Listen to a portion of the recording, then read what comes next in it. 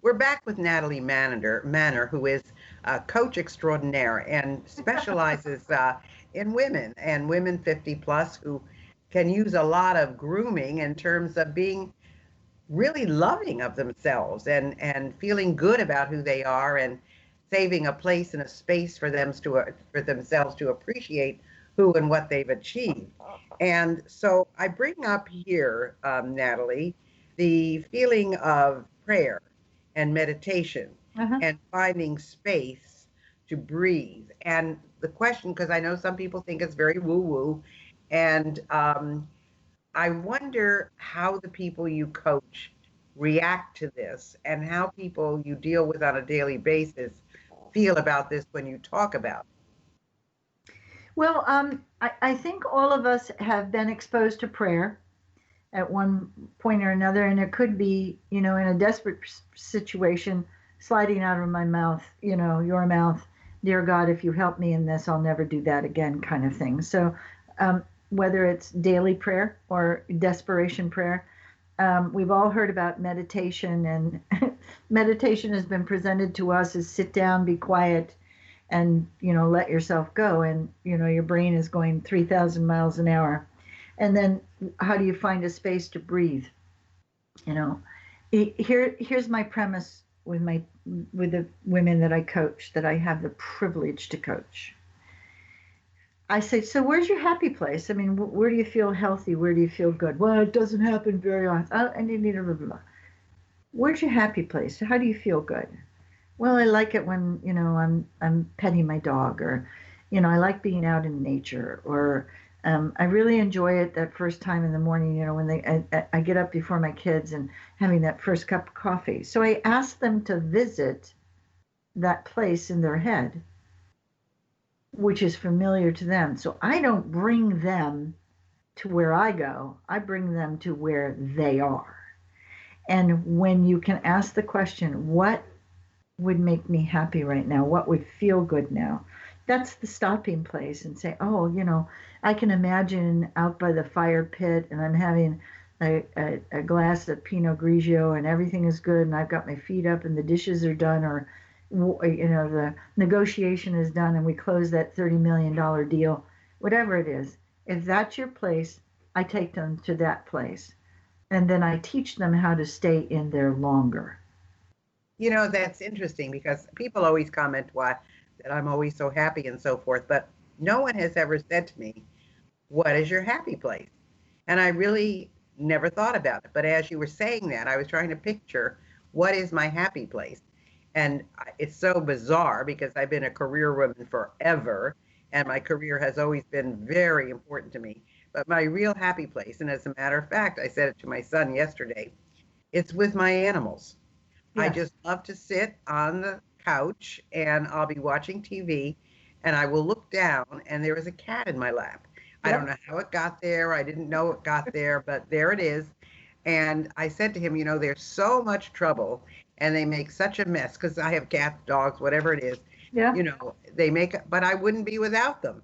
And he laughed in a very, very sweet voice. He said, I know, Mom, they're everything to you. And so I think Yeah. when I think about it, when you said, what is my happy place? It's when I'm with an animal. That's my happy place. it, it, So, it- it's perfect, Gail. That is absolutely perfect. But until you say what would be my happy place, and then we anchor it. So we're going to anchor that for you. And this is, I stole it from Tony Robbins. Thank you, Tony. Is, if you need to go to that place and you're highly stressed, all you need to go is my animals. It'll take you right there. You can feel it. My animals. My animals. So what is somebody else's anchor word? Well, now, my since I've become a grandma, my grandma name is Mama. All I have to do is say, take a deep breath and say Mama, and I'm there. That's my little grandboy is on my lap, or I'm holding my other one. I'm anticipating it. So my happy place before that was out in the yard, and it shifted for me. Yeah, I still like being dirty in the yard and digging a hole and finding worms and all that. But we have to keep up with where we are. Let me go back just for a second. When you ask the question or you take the breath and you understand you're in the middle of your story And you can go to your happy place and you can give it an anchor name called red rock or blue tennis shoe or whatever it is. That in your body is a visceral response. And your body is 100 trillion cells with all of this stuff going on. It will remember, it will serve you, and it will take you there immediately. Well, that's a great tip, and that goes along with my next question, which is about affirmations, because people say, you have to do your affirmations. It doesn't matter whether you do them in the morning or afternoon or night. It's great to start off your day with them. Some people say it's important to say them before you go to sleep. And other people say, well, you can't just say them. You have to do them. So where is your feeling on this? And does it really, help us? And does it make a difference? Yeah, to the people that say you got to do them at 10 o'clock in the morning, yeah, that maybe will work for you. But every one of us, if you look at us in a line, we all look the same. We've got arms and legs and we breathe and we have a heart and most of us have a uterus and all those kinds of things. Those are what makes us similar. But what makes us different is what we're looking for. I'm not talking about purpose. I'm talking about who are you? What's your essence? How are you loved? What do you need right now? If you need right now is, I am enough, I am enough, then say it 1,000 times a day. I am enough, I am enough. I can remember for years, that was the tape that went on in my head. You're never enough, you're never going to be enough, you're not enough, you never will be enough. And the day that it stopped, I was in my 40s. And I went, oh my God, where is that? Because I could actually hear it. And I actually missed it. I was waiting for it to come back. So I filled the space with, geez, I am enough. I am enough. So an affirmation is, again, like your anchor. What do you need right now? What do you want right now? What would serve you right now? And there you're hearing my questions. What? Not why. Don't you ask that question why. Because when I say, Gayle, why haven't you taken out the trash? It's accusatory and we feel it that way. But I said, Gayle, what about affirmations is important to you? You'll know. And once you start practicing it, and my main affirmation now, after all these years, is thank you. I say thank you to the air. I say thank you to myself. I say when we were about to get together and speak today, I said thank you for Gayle asking me. I'm so delighted. Thank you. And it is a visceral response within my body that tells me I'm good, I'm okay, I'm fine. And that's the pathway to it. So if you do it at 10 o'clock at night or you do it, at 8 o'clock in the morning or whenever it is, it's the awareness that the affirmation really serves you, or the meditation, or the prayer. And it can be, it could be, the blessing. It can be any religion. It can be any spirituality. Is what is you? What are you needing and wanting right now? What are you going to let in because you're going to take a deep breath? What are you feeling right now? And what I'm feeling right now is utterly grateful for being with you, being able to share what I've learned, because this didn't just change my life. This saved my life. Being able to allow in that which I can be grateful for. Am I a little bit overweight? Am I aging? Am I, is my right knee bothering me a little bit today? Do I have too many appointments on Thursday? Yes, all of that. All of that. And I'm still incredibly grateful because it serves me in a way, and it serves my clients in a way. It makes me aware of where I am in the moment, makes my story stop, and I can go, oh, yeah, cool. Thank you. I also know that some people have a special place in their home or somewhere that they go to kind of regroup or to just inhale and take a breath. And others don't have a place at all. But I think, I remember going into somebody's hotel room. They had invited me to do a meditation, and I'm terrible at meditating. I mean, my mind is going a mile a minute. Yeah. And so I went in there, and in this hotel room, a generic hotel room, he had set up, he brought a little, Buddha statue with him. He had Yeah. that. He had the candles, and he had the incense, and there were three other people there, plus me and he, so that would be five. And everybody was seated in a kind of lotus position. And I'm watching all of this, and they were really there. They were really into it. And I was kind of observing, and I thought, now this person has a place wherever he goes. Yep. He carries us with him, and he was on the road as much as I was, and this was how he dealt with it. He had this space. What do you think about having a space? I love it. I love having a space. When it's summer, it's in the middle of my garden. I go to stand out there or sit in the middle of it. I don't care how dirty I get. If I don't have a space and I travel equally like you, then I take my anchor with me. So if it is, Muffy, I love you, then that puts me in a visceral space, and my space can be anywhere I want to. Let me tell you about, everybody's heard of Jack Canfield. I mean, he's had many successes and many failures, but he has an altar at home. He actually talks about the word altar, and he has candles on it and crystals and things that he's collected for over the years. Well, every religion has a main space like that. Every religion, every group, look at Rotary and Kiwanis and all the rest of it. They gather together and there's a podium.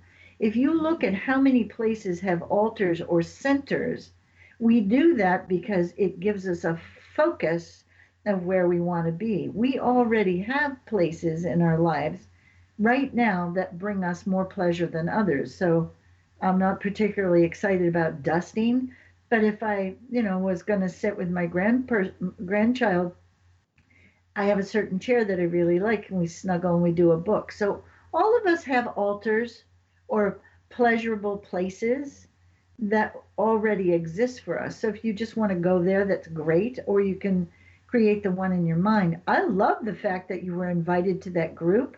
That means that they trusted you.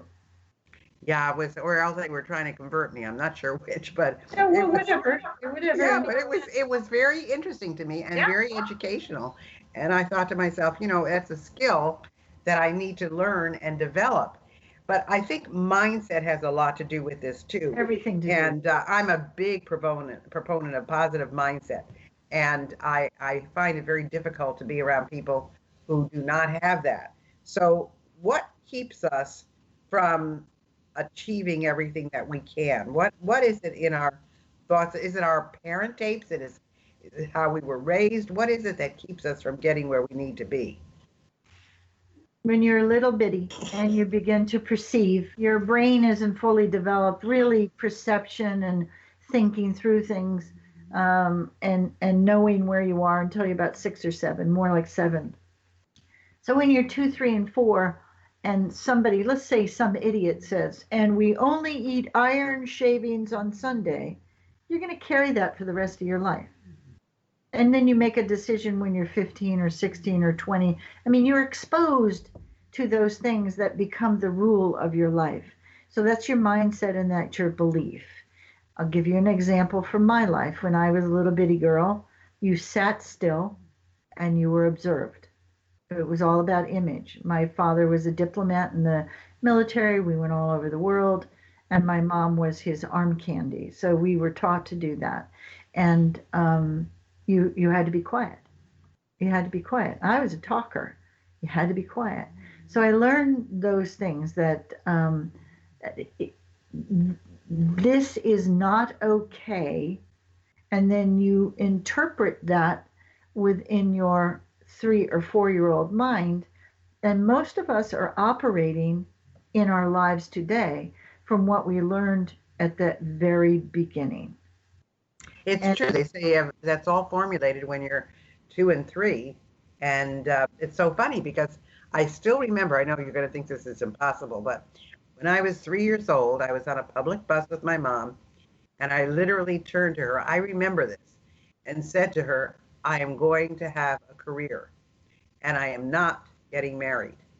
And she just looked at me, like, because I was kind of the black sheep of the family because my sister was so good and so perfect. Yeah, yeah. And she said, she didn't say anything. She just said, okay.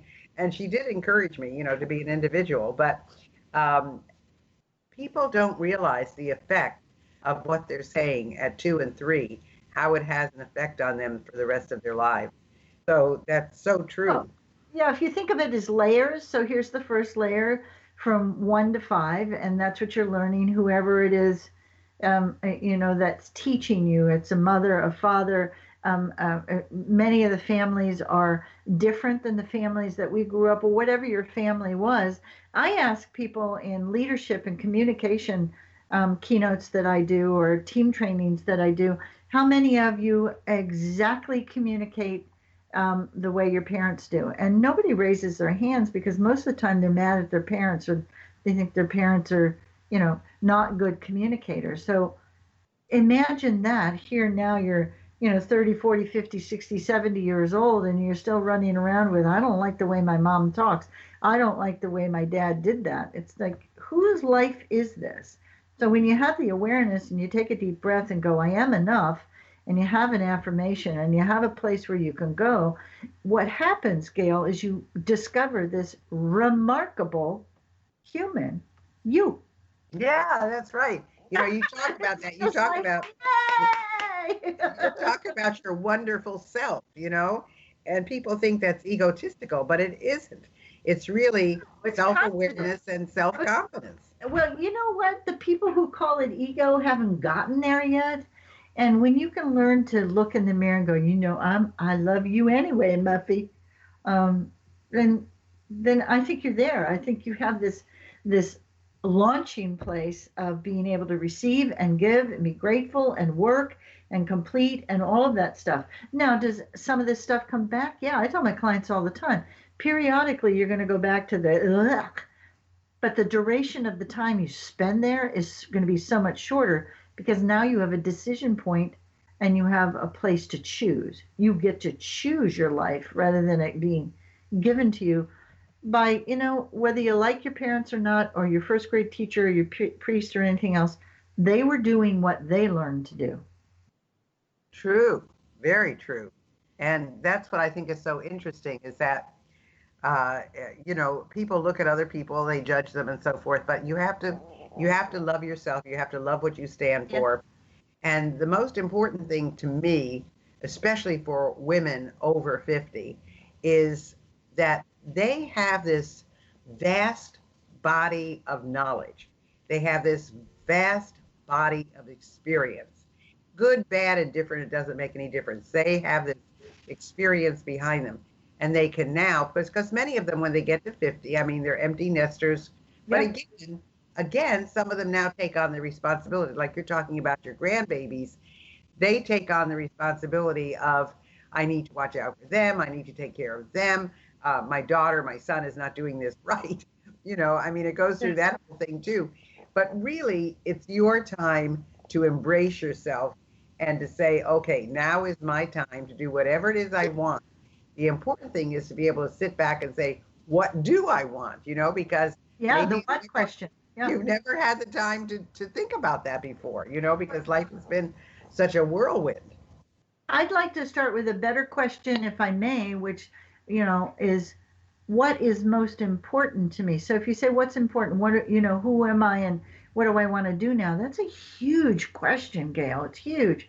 So if you start with what's important to me and just, begin writing it down or detailing it in your head, we all keep information differently, is that's a very, very simple place to start. And you might be surprised. That's one of the reasons why uh, my coaching is the way it is when I coach with somebody or I work with a team or I do a keynote, I assess. The first thing I do is, who are you today? Who Hmm. are you today? And how do you communicate, and what's your behavior, and what's your value to you, your organization, and your family, all of that. And you get to see, you get it documented on a piece of paper, that's 24 pages long, So you don't get to, push it away or deny it anymore. You communicate in this way.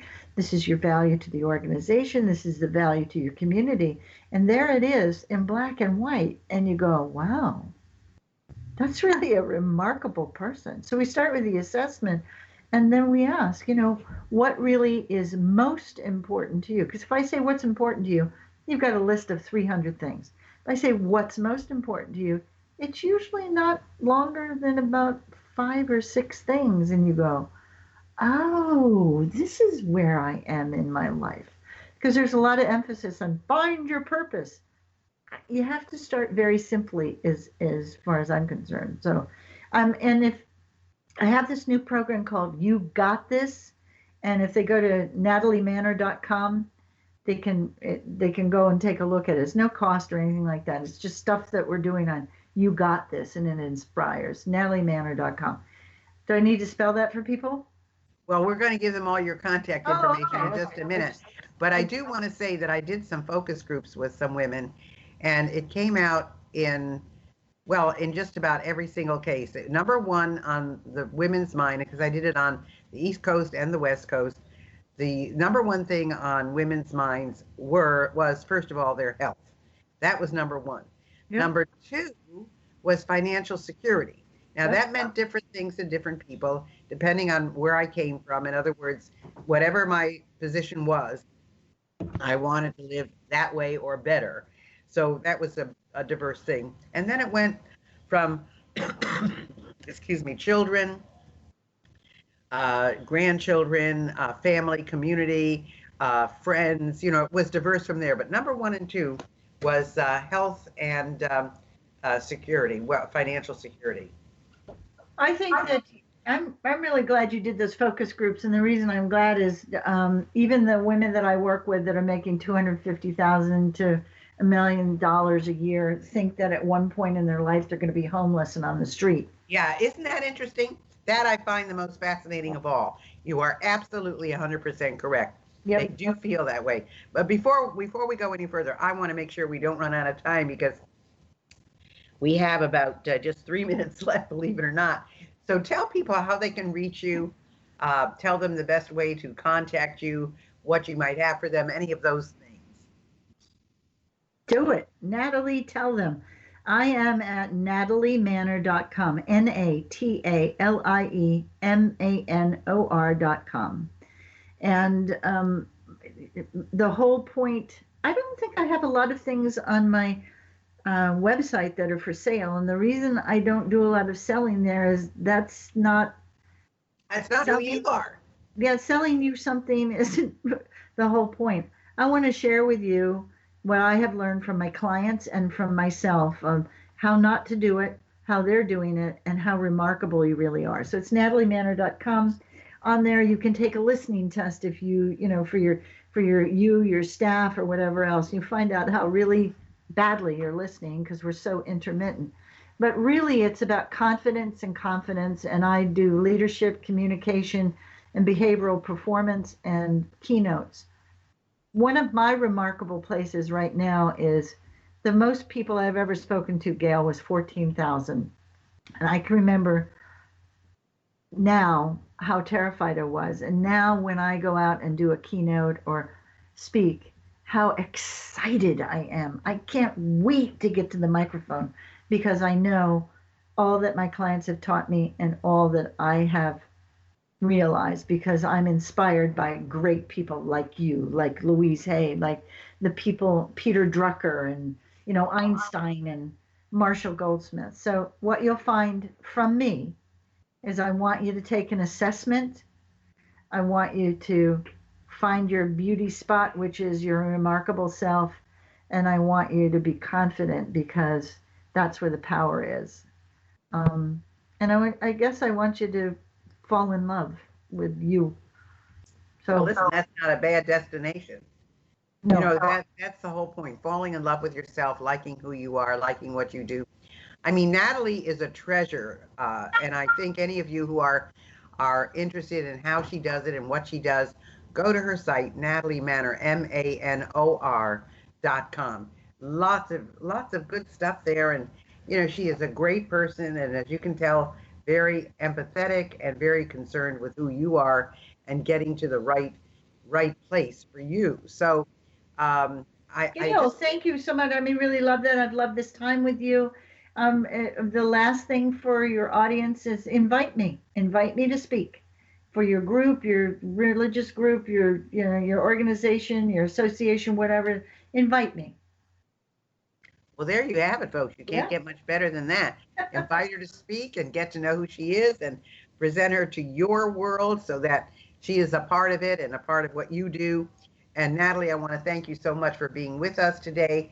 And, it was just a delight. So thank you so much and enjoy yourself. Yeah. God bless. Thank you, Gail, very much. You are a delight yourself.